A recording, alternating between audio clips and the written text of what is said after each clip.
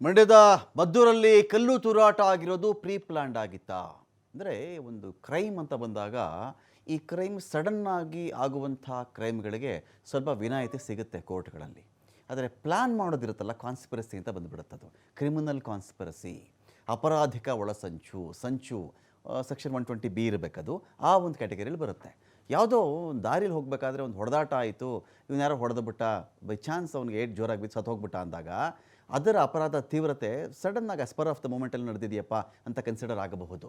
ಶಿಕ್ಷೆ ಆಗಲ್ಲ ಅಂತ ನಾನು ಹೇಳ್ತಾ ಇಲ್ಲ, ಆಗುತ್ತೆ, ಅದರ ಪ್ರಮಾಣ ಕಡಿಮೆ ಇರುತ್ತೆ. ಆದರೆ ಮೊದಲೇ ಪ್ಲ್ಯಾನ್ ಮಾಡಿಕೊಂಡು ಒಂದು ದೊಡ್ಡ ತಂಡ ಸೇರಿಕೊಂಡು ಪ್ಲ್ಯಾನ್ ಮಾಡಿ ಇಂಥ ಕಡೆಯಿಂದ ಇವನು ಬರ್ತಾನೆ, ಇವನು ಹೊಡಿಬೇಕು ಅಂತ ಮಾಡ್ಕೊಳ್ಳೋದಿರುತ್ತಲ್ಲ, ಅದು ದೊಡ್ಡದಾದಂಥ ಅಪರಾಧ ಆಗಿಬಿಡುತ್ತೆ.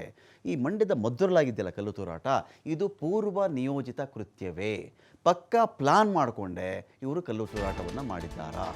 ಮೊದಲಿಗೆ ಈ ಗಣೇಶನ ಮೆರವಣಿಗೆ ಮಸೀದಿಯ ಮುಂದೆ ಬರೋದು ಇವರಿಗೆ ಇಷ್ಟ ಇರಲಿಲ್ವಾ? ಆ ಕಾರಣಕ್ಕೇ ಒಂದಿಬ್ಬರೋ ಮೂರೋ ಸೇರಿಕೊಂಡಲ್ಲಿ ಪ್ಲ್ಯಾನ್ ಮಾಡಿಕೊಂಡು ಗಣೇಶನ ಮೆರವಣಿಗೆ ಮಸೀದಿಯ ಮುಂದೆ ಬಂದಾಗ ನಾವು ಲೈಟನ್ನು ಆಫ್ ಮಾಡಿ ಆ ಭಾಗದ ಬೆಳಕನ್ನು ಆರಿಸಿ ಕತ್ತಲೆಯನ್ನು ಕ್ರಿಯೇಟ್ ಮಾಡಿ ಆ ಭಾಗದಲ್ಲಿ ಮೆರವಣಿಗೆ ಮೇಲೆ ಕಲ್ಲು ತೂರು ಅಂತ ಪ್ಲ್ಯಾನ್ ಮಾಡ್ಕೊಂಡ್ರಾ ಎನ್ನುವಂಥ ಅನುಮಾನ ಇದೀಗ ವ್ಯಕ್ತವಾಗ್ತಾ ಇದೆ. ಮಂಡ್ಯದ ಮದ್ದೂರಲ್ಲಿ DIG ಬೋರಲಿಂಗಯ್ಯ ಹೇಳಿಕೆಯನ್ನು ಕೊಟ್ಟಿದ್ದಾರೆ. ಮೆರವಣಿಗೆ ವೇಳೆಯೇ ಲೈಟ್ ಆಫ್ ಆದಂಥ ಬಗ್ಗೆ ತನಿಖೆ ನಡೀತಾ ಇದೆ. ಲೈಟ್ ಆಫ್ ಮಾಡಿದವ್ರು ಯಾರು? ಹಾಗಾದರೆ ಲೈಟ್ ಆಫ್ ಮಾಡಿದವ್ರು ಯಾರು? ಲೈಟ್ ಆಫ್ ಮಾಡಬೇಕಾದ್ರೆ ಉದ್ದೇಶ ಇರಬೇಕಲ್ಲ. ನಿಮಗೆ ಪವರ್ ಟೋಟಲ್ಲಾಗಿ ಇಡೀ ಏರಿಯಾದ ಪವರ್ ಆಫ್ ಆಗೋದು ಬೇರೆ, ಏನೋ ಬೆಸ್ಕಾಂ ಕಡೆಯಿಂದನೋ ಅಥವಾ ಅಲ್ಲಿನ ಎಲೆಕ್ಟ್ರಿಸಿಟಿ ಬೋರ್ಡ್ ಕಡೆಯಿಂದನೋ ಅಲ್ಲಿ ಅವರೇ ಪವರ್ ತೆಗೆದ್ರೆ ಬೇರೆ. ಇವರೇ ಯಾರೋ ಹೋಗ್ಬಿಟ್ಟು ಆ ಸ್ಟ್ರೀಟ್ದು ಲೈಟ್ ಆಫ್ ಮಾಡಿಬಿಟ್ರೆ, ಆ ಬೀದಿ ದೀಪನ ಆರಿಸ್ಬಿಟ್ರೆ ಅದು ಬೇರೆ ಅಲ್ವಾ? ಸೊ ಅದ್ರ ಬಗ್ಗೆ ಇದೀಗ ತನಿಖೆ ನಡೀತಾ ಇದೆ.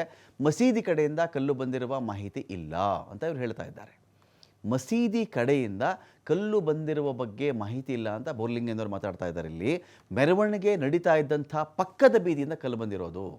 ಅಲ್ಲಿ ಎರಡು ಭಾಗ, ಒಂದು ಮಸೀದಿಯಿಂದನೇ ಕಲ್ಲು ಬಂತ, ಅದರ ಹಿಂದಿನ ಬೀದಿ ಇದೆಯಲ್ಲ ಅಲ್ಲಿಂದ ಕಲ್ಲು ಬಂದಿದೆ ಅಂತ ಒಂದು ಮಾಹಿತಿ ಅವರಿಗೆ ಸಿಕ್ಕಿದ್ದಂತೆ. ಪ್ರಕರಣದಲ್ಲಿ ಚನ್ನಪಟ್ಟಣ ಮೂಲದ 2 ಮತ್ತು 3 ಇದ್ದಾರೆ.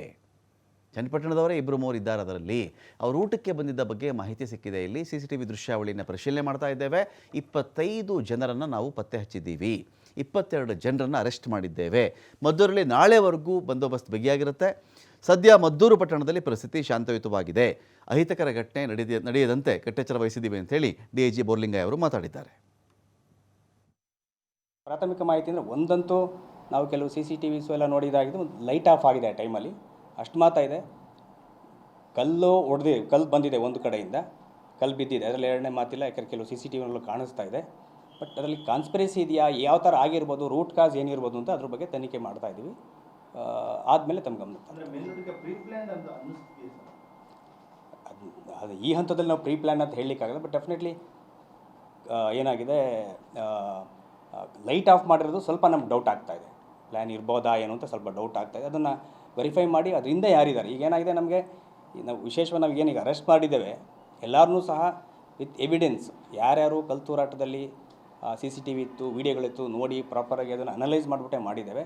ಜೊತೆಗೆ ಒಂದು ಈಗ ಮೇಲ್ನೋಟ ಕಂಡವ್ರದಂತ ಮಾಡಿದೆ. ಏನಾದರೂ ಬ್ಯಾಕ್ಗ್ರೌಂಡಲ್ಲಿ ಯಾರು ಇದ್ದಾರಾ, ನೀವೇನಾರು ಹೇಳೋದು ಡೌಟ್ ಪಡ್ತಾ ಇರೋದಾರ, ಪ್ರೀ ಪ್ಲ್ಯಾನ್ಡ್ ಇದೆಯಾ, ಆ ಥರ ಇದ್ದರೆ ಅದನ್ನು ಸಹ ಕೂಲಂಕುಷವಾಗಿ ತನಿಖೆ ಮಾಡಿ. ಯಾಕಂದರೆ ಈಗ ನಾವು ಮೇಯ್ನ್ ಸಿಚುವೇಷನ್ನ ನಾವು ಹ್ಯಾಂಡಲ್ ಮಾಡುವಂಥದ್ದು ನಾವು ಮೇಯ್ನು ಇದಕ್ಕೆ ಒತ್ತು ಕೊಡ್ತಾ ಇದ್ದೀವಿ. ತನಿಖೆ ಒಂದು ಟೀಮ್ ಮಾಡ್ತಾ ಇದ್ದಾರೆ. ಆದರೂ ಸಹ ಅದ್ರ ಇನ್ನೂ ಹೆಚ್ಚದಾಗಿ ನಾವು ಗಮನ ಕೊಡಲಿಕ್ಕೆ ಇನ್ನೂ ಮಾಡಿಕೊಂಡು ನೋಡ್ಬಿಟ್ಟು ನಿಮ್ಗೆ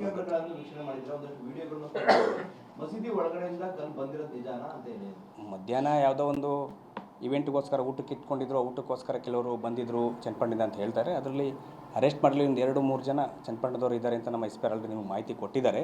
ಬಟ್ ಅವ್ರು ಹೇಳಿದ್ದು ಊಟಕ್ಕೆ ಬಂದಿರೋ ಮಧ್ಯಾಹ್ನ ಒಂದು ಯಾವುದೋ ಒಂದು ಇವೆಂಟ್ಗೆ ಊಟ ಇಟ್ಕೊಂಡಿದ್ರು ಅಂತ. ಅದ್ರ ಬಗ್ಗೆ ಇನ್ನೂ ಡೀಟೇಲ್